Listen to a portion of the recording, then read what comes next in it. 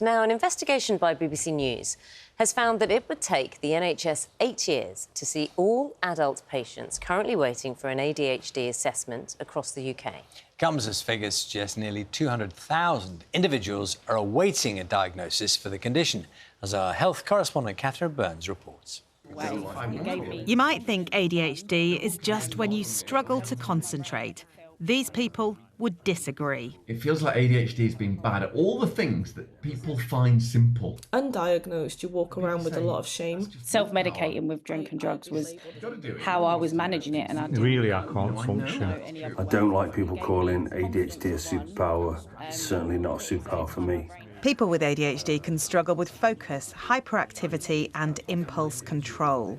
Ooh, so do you also have constant multiple... As society and social media has become more open about ADHD, more people are asking to be assessed to see if they have it. But no one knows how many. There's no official data. So we asked trusts and health boards across the UK about their adult ADHD services and can now reveal the pressure they're under. So here's what we know. There are at least 195,000 adults waiting for NHS ADHD assessments. Demand has quadrupled over 5 years, and now the national backlog for those assessments is more than 8 years. Here's a city that is struggling. Sheffield Health and Social Care NHS Foundation Trust told us it has 6,737 people on its waiting list. So we got together a group who all asked for help here. Last year, they did 3 assessments. No. It makes me sad that there's that many people, even just in Sheffield, just struggling without a diagnosis. If they continued working at this pace, it would take more than 2,000 years to see everyone who's already waiting. speechless, devastating. It's shocking, shocking. Of course, no one is going to wait 2,000 years, but it shows the service here just isn't working. At no point would we have 6,700 people with untreated broken legs sitting at home, not being able to go to work and go, no, that's fine. The NHS has only got a limited pot of money. There's cancer, there's emergency care, there's life or death situations. What would you say to that? This is a life or death situation. Mm-hmm. I personally tried to take my own life twice before I got my diagnosis because of the stress and trauma of having to navigate a world that I didn't understand. Sheffield Health and Social Care declined to give us an interview, but told us it has focused on treating people who've already been diagnosed instead of doing new assessments. It gave us this statement: "We are sorry that we've not been providing a good enough service to people seeking help for ADHD," and continued, "We are working closely with our Integrated Care Board to ensure that the services we provide are able to meet the required need and demand." Sheffield is an extreme example, but across the UK, our data shows a clear picture, a system that is no longer fit for purpose. Northern Ireland doesn't officially commission any adult ADHD services, but Belfast Health and Social Care Trust does assessments anyway. And we know that at least 4 trusts in England have closed or partly closed their waiting lists. I have never seen anything like the demand that I've seen for ADHD services. It's the speed of the growth and the size of the growth. Health authorities across the UK say they're trying to improve the service. We've seen a huge upswing in people seeking help with... NHS England told us patients are waiting too long for an ADHD diagnosis, and so it's launched a task force to help manage the rising number of referrals. Back in Sheffield, Louise is still on a waiting list. Katie paid for a private diagnosis. Nellie and Rob found another option: right to choose. It's a legal right in England which lets you get a private diagnosis paid for by the NHS. What difference has being assessed made to you? It has just validated my whole entire life and existence on this planet. Like, I'm kinder to myself now. I'm not beating myself up going, why am I doing this? I can say, well, this is just who I am. The person that I am post-diagnosis is unrecognisable from the person that I was before. It's rounded out who I am as a person. Catherine Burns, BBC News. Well, three people who know this story so well with us now. Matthew Menzies, who has been diagnosed with ADHD. Morning to you, Matthew. Rachel Fanner, who's waiting for a diagnosis. And Thea Stein from Nuffield Trust is with us as well. Do you know, because people are interested in ADHD and how it affects you, I was just curious about the environment you were in this morning in a TV studio. Rachel, how is this for you? Is it challenging?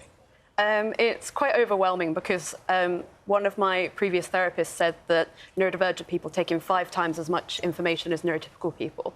So while someone else might be just listening to what you were saying, I can hear the hubbub of the studio behind when there were conversations happening between Naga and Thea behind you and the interview for the video a moment ago, and the bubble on the logos behind you, the water moving, and everyone else's brain just filters that out.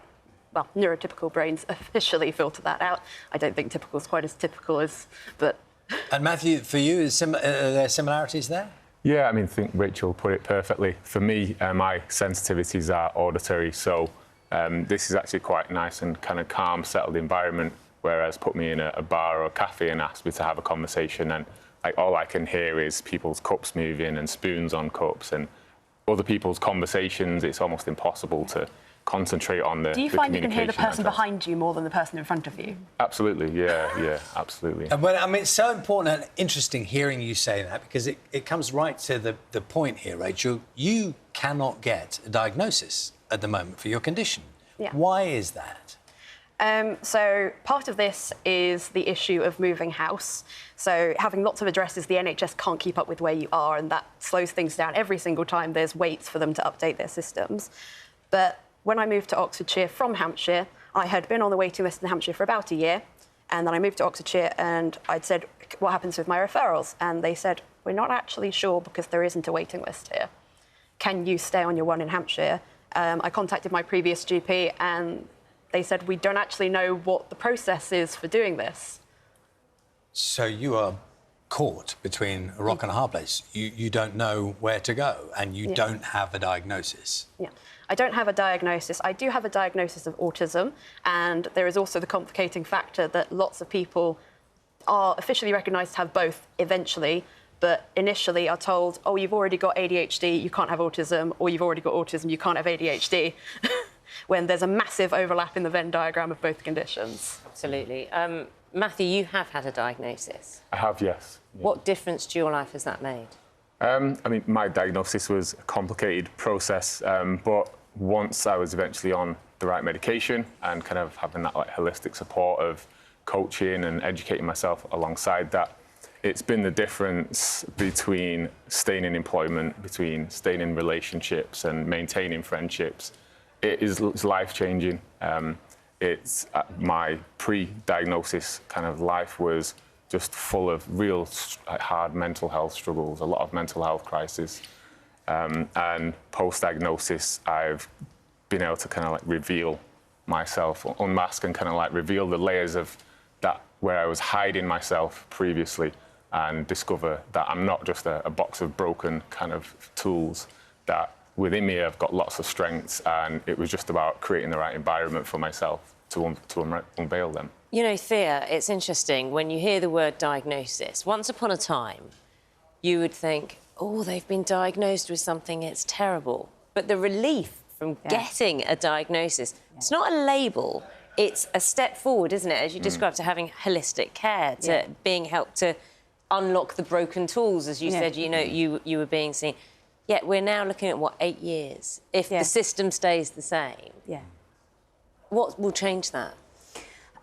There's a lot of work at the moment from NHS England to look at this and to try and change it. One of the big challenges has been the scale of growth over really a relatively short period of time. So between 2019 and 2023, you've had a 53% rise in people diagnosed ADHD. Now, as your commentators found out, there's actually no official waiting list for ADHD. When we did the work at the Nuffield, we tried to do exactly what Kath Burns tried to do, to find out how many people are on a waiting list. They're not officially collected. So what we did, we looked at prescribing and we looked at prescriptions to see if we could get a sort of a lens to look at this. And what we found was this massive rise in prescribing over time. And that's just the tip of the iceberg. Why such an increase? Just because it's being recognised more, or it's being, or various symptoms, characteristics being put into the ADHD category? No, not the latter. It very much seems to be awareness. And awareness raising is a good thing. Sometimes people talk about, people are coming forward and they don't really need to come forward, and how ill are they really? But we have a lot of awareness raising, with a lot of understanding. We've got many more celebrities who've come out in public and talked openly, and people coming on a programme like this and talking openly, and people have more access to information. So they're coming forward as adults and saying, I wonder if this diagnosis could be an explanation for what's going on in my life. Rachel, it must be so frustrating, and that's an understatement for you, that I mean, you're sitting next to a man who has gone through the process and has described brilliantly, Matthew, the change it's made. It must be so frustrating for you.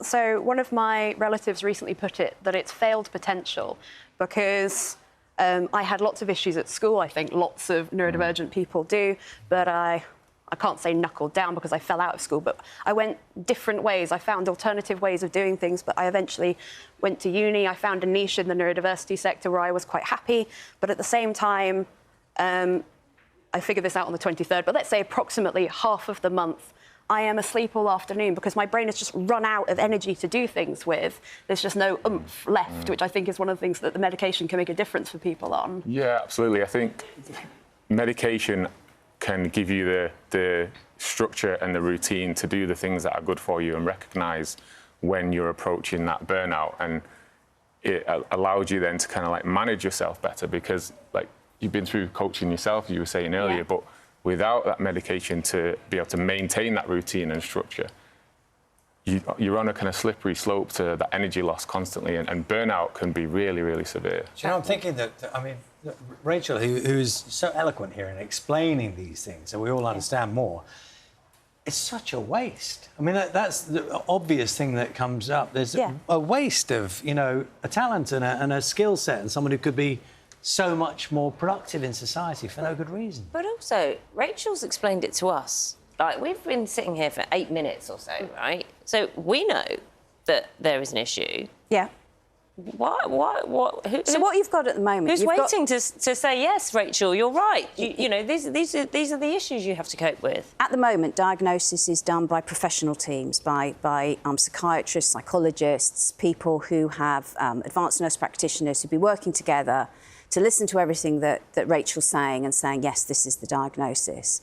The way I put it is the size of the NHS capacity to do that work with those specialists is a bit like a pint glass. And for a period of time, that pint glass was enough for a pint of liquid.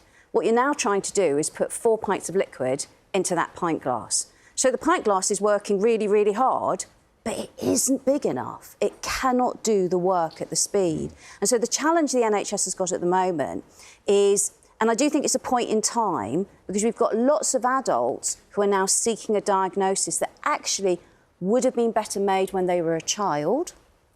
And so we're going to see Rachel nodding. But we've got this group of adults now, and the NHS has to find a way of helping, supporting and diagnosing. My huge hope is that we go through that period of time, and in the future we would be able to put our resources and help into ensuring all children and young people get the resource at the time that they need it, rather than waiting until they're adults.